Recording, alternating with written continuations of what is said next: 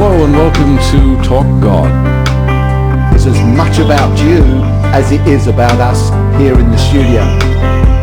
If God is for you, no one can be against you. Today you can be free. You can have your sins forgiven.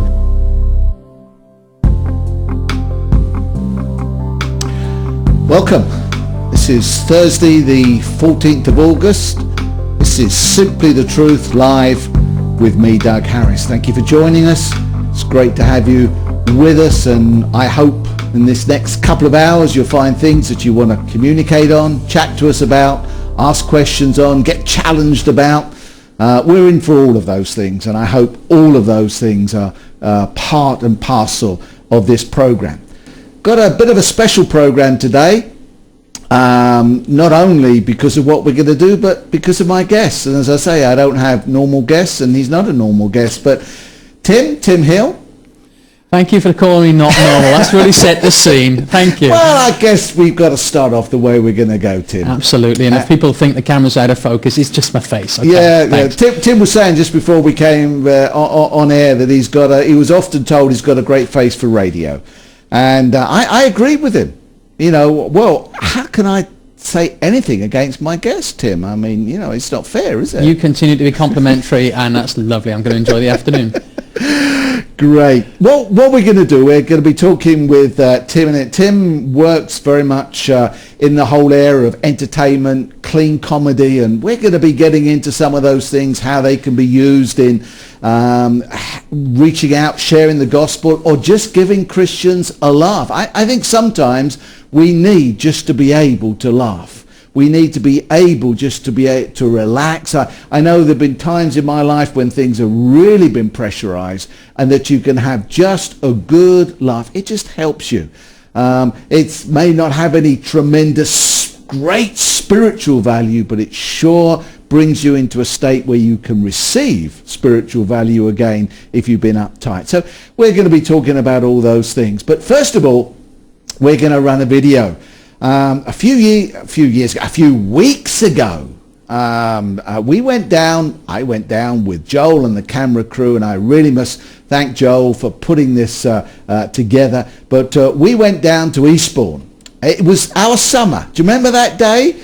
The summer in July. The hot one. Yeah. Sorry, Welsh people, you missed it, but the rest of us had a hot one. And I was walking up and down Eastbourne, but it was so thrilling to me because it was going right back to my roots. I used to, every holiday when I was a child, we went down to Eastbourne.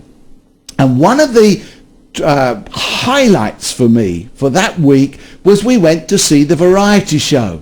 And I can remember sitting in the theatre on a regular basis every year, enjoying this show. And one year we were sitting in one of the boxes, and I can't even remember who the comedian was at the time. It probably wasn't anybody that famous, but I remember he came running on with this tremendous red suit, and I said to my mother in a loud whisper, "Oh, it looks like tomato soup." You know, and that became the standing joke. He picked it up and he came running in. He came into our box, and it was thrilling for a kid. Well, it's all those years ago, 50 plus years ago. It was thrilling. Yes, I'm that old. You're not that old, are you? Oh Tim. My goodness, you're letting it out now. But anyway, we went back there and went back to the theatre, but this time not sitting in the audience, actually on the stage, going backstage. Tremendous difference, and the whole thing was because we had this opportunity to have an interview with Syd Little. Now it says on the poster outside, comedy legend. Well, I don't think there was a gap between leg and end. No. I think it said legend, not leg end. But anyway, Syd Little was there, obviously of Little and Large fame. Great interview with him. What a great bloke he is. And then also met Chris Gidney. Chris Gidney is the pastor of Christians in Entertainment, and he also was the director of the show down there. And so we had a great afternoon together. And this is the result of it. So we're going to watch it. After we've watched it, we're going to come back and we're going to have a few more laughs in the studio and also be a bit serious over some of the things that I... So we'll be back in a little while, but first of all, roll tape.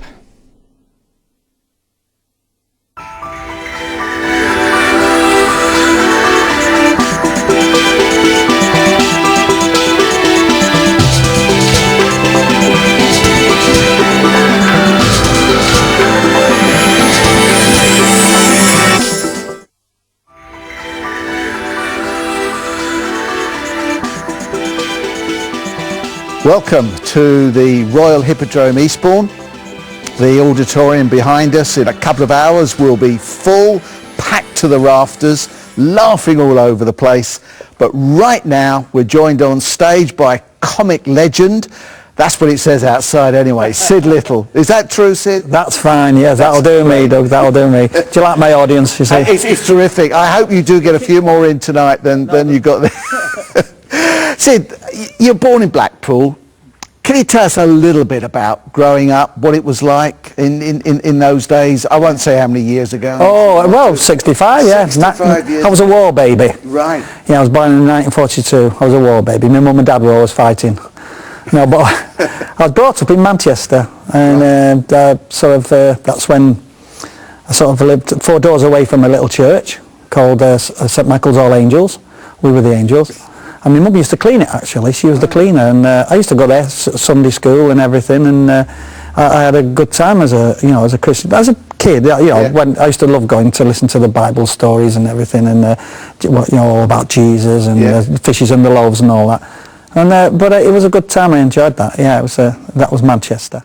So how long did that Christian input last in your life? I mean, was it one of those things where, once you grew out of Sunday school, you drifted away? I mean, how did that work for you? Yeah, I think that's dead right, really, because when I became a teenager, other things come into your life, and also I started playing guitar then, and I picked up a guitar, and I got my first paper round, and I'd had it a year or so, and I used to go knocking on the door at Christmas. Merry Christmas, and I got a few half-crowns off the people. I got about £4, and I got the rest off my mum for a Christmas present. Club and a birthday, because my birthday's in December, and I bought my first guitar, and that was when I started playing guitar, going with my dad at Christmas pubs and clubs, playing and everything, and I started to build my own little act up. And then when I was 17, because Eddie Large, that's when he came, because people always say, how did we meet? Well, we met by accident. He ran me over on a zebra crossing. No. These are the jokes, folks. Yes. And there's a laugh a minute, I know, everyone. But actually your meeting with Eddie is actually quite an interesting story. I mean, wasn't he actually heckling you in the clubs? I mean, is that true, that story? Well, it wasn't actually clubs. I had this, every Saturday I used to go to this pub. I got £1 every Saturday night. £1. God. Don't get much more these days, do you? Right. And she was, I forget her name now, the landlady, and I used to get up, and they had a little amplifier and a little guitar, and I used to get up there at the Stonemason's Arms, it was called, and Eddie I'd have my little gang with me, and his gang would come from wherever they came from, and they'd sit there, and then we knew each other, so we weren't violent towards each other, not like today, but and then we sort of got pally with each gang, and then that's where our meeting place every Saturday night. And then Eddie was the joker of his, and I was the musician of my team, you say, my gang, and I used to get up, like I say, and then a couple of times I knew Eddie was a bit of a singer, and he used to get up and he'd do the old Cliff Richard impression. Hi fans, okay, and he'd got myself a crying, talking, and I'd be backing him like Hank Marvin. And then he started doing daft jokes, which I was oblivious of, because I was seriously thinking of playing the guitar, and that F comes after D and all this, and he'd be saying like, look at Syd, if he turned sideways and stuck his tongue out, he'd look like a zip. If he had 4 more navels, it'd look like a flute. And that's how it came. And then eventually we got offered £3 to go to this Timperley Trades and Labour Club, and then we just got more and more into it, and more acts, more clubs wanted us, and the act got better. And then, because we were singers at first, we didn't do much comedy. The comedy was in our physiques, of course. I was skinny and Eddie was low and hardy thing, although we didn't use them as role models. But it was just, that's how it became about.